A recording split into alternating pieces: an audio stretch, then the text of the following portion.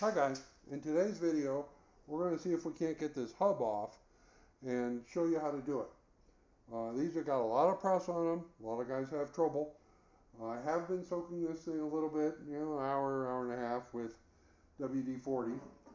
Um, Tried to spray down the keyway a little bit in order to see if I could get it to wick back in. The puller, I have heavy duty pullers and I have air, but I'm going to use just a regular puller. I know a lot of you guys, if you can find one that's 4 bolt that you can get in there, that's fine. But remember, one bolt's offset, so it ends up being a little special.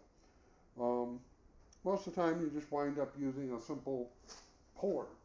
Now, this one has a flat foot, so it's not going to hurt the center of the crank. Now, remember, there's a 9/16 fine thread.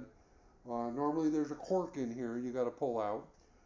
That's just to protect the threads. The threads are there to help put the balancer or hub back on. Um, and you don't want to muck them up. So uh, do a flat, or if you got a tapered one, maybe a little washer. There is a bit of a taper on the end, but still, depending on what angle it is, you can get back in on that top thread, and you don't want to mess it up and have to retap it. So when you're doing this, one of the first things you want to do is, choose a fairly good bolt. I mean, you don't want grade 2 bolts. So, and then get this thing up as tight as you can to the hub. You don't want a lot of extra slack out here because that's going to let it move around. Once you get a little bit of play, there's not a lot of room in there. You can even kind of suck this thing down to the hub so that it's not going to move around on you. That'll bend the bolts. You'll be in all sorts of trouble because we are putting some strain on this. And these are on tight. And let's see if we can't get the bolt on. Regular hex head bolt's fine. It's just the only good bolt I had that was 5/16 thread was this. Make sure you're square, which I am not. So I need to back that one off a little bit. Tighten that one up.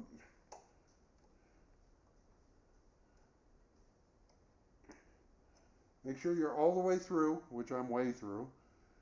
Make sure you're sitting fairly square with the end of the crank because you want to pull square. And like I said, you probably have a little gap here initially. Once you get it start moving, you can suck up to that gap depending on how tough it is. Now, I still have the spark plugs in this and whatnot, but it's still going to want to turn on me. So I'm going to use a adjustable to hold the puller from rotating around.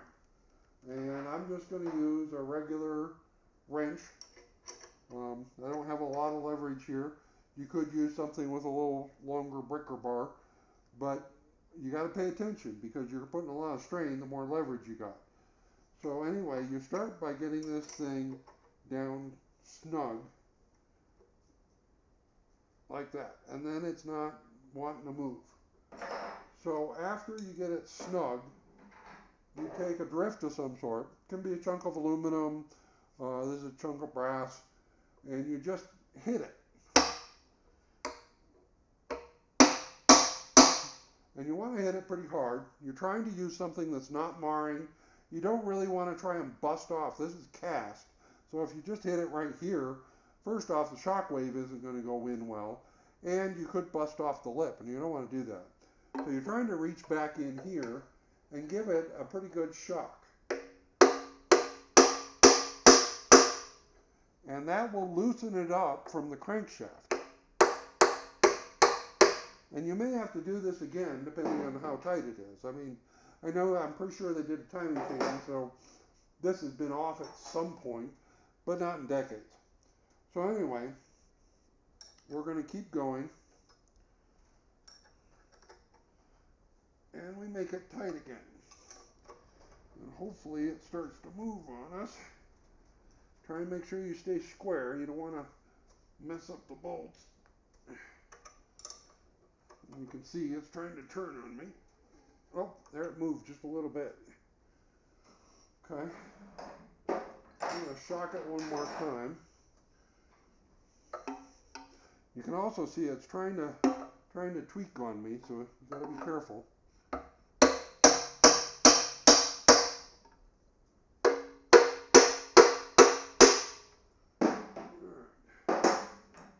Get a wrench back on this so it doesn't turn.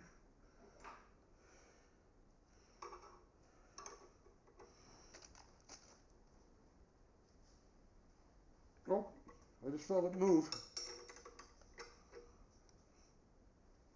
Yep, it's definitely moving. So we got it loose. Yep, I'm starting to see it.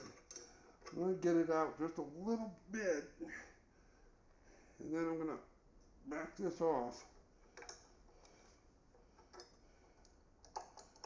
You can see we've moved just a little bit. I'm going to tighten these bolts up a bit more so that, like I said, you want to be, if you can, you want to be up against the hub.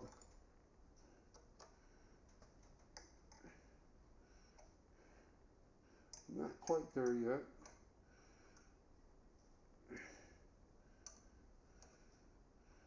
We'll get these as snug as we can. Okay, so let's see if we can move it a little more and get us actually up against the hub.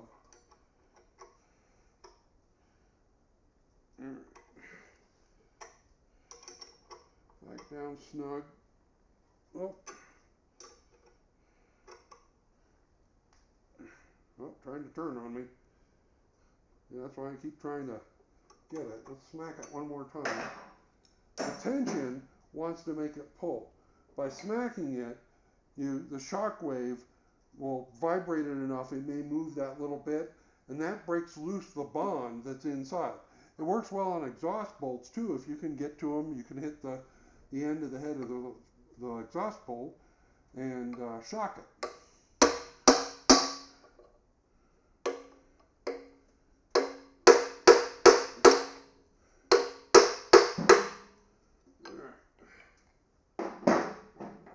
Pick up on this a bit. And if you're working in the car, it's definitely going to be harder. Now they do make some of these that are 2-bolt, that are thicker, and the puller will hold up better if you use one of those. But remember, you only got a little bolt here, so it's only going to hold as tight as a bolt. That's why you want to make sure you have a pretty good bolt in here, so that I'm going to go this way in the hopes that it pulls up. Definitely moving.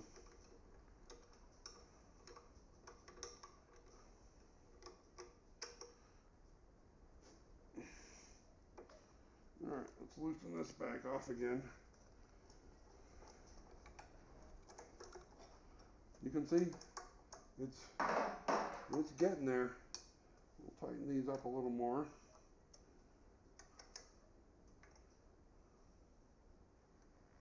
Almost up against the hub. That should help keep it more square. Alright.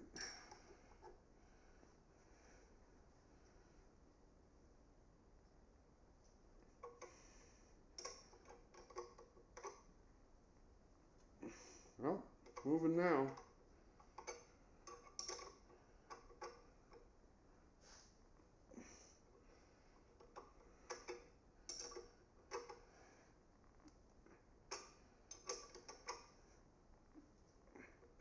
Each turn is getting me there.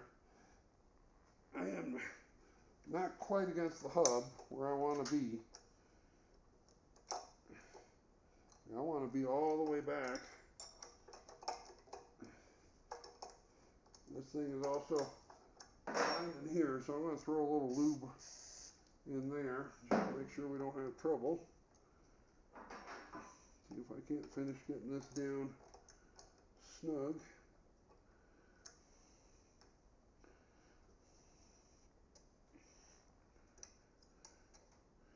the closer you are to that hub, the more the backside of this will keep you from being at an angle.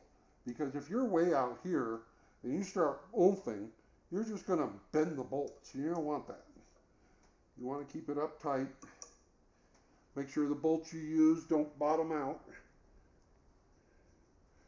Okay, that looks like I'm pretty solid against it now. Hopefully we can just spin this out at this point. It's starting to move. I can see the seal.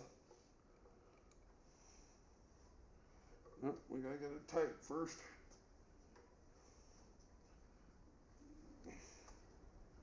Oh, yeah, see, it's just moving now. There it goes. Tighten the bag up.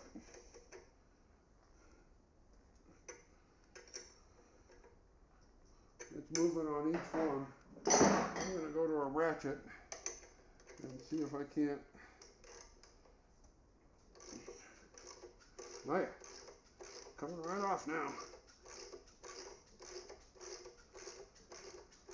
Like I said, when you're tight here, it really helps because the puller isn't going to wobble all around. And that's when you start trying to break stuff. I can see the whole seal now, so I'm almost there. And that's it. Just came off.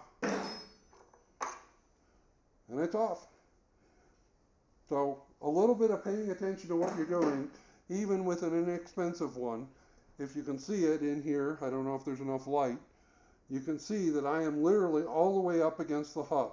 And like I said, that's to keep the puller from moving around. And initially, it may not fit because you've got the tip in there and you may not have room to the crankshaft.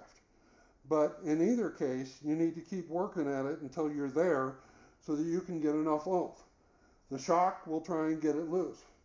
So, you know, soaking it certainly helps. So that's what it is, easy peasy. So all we got now is to get the cover off and work on the motor. But that's getting the hub off.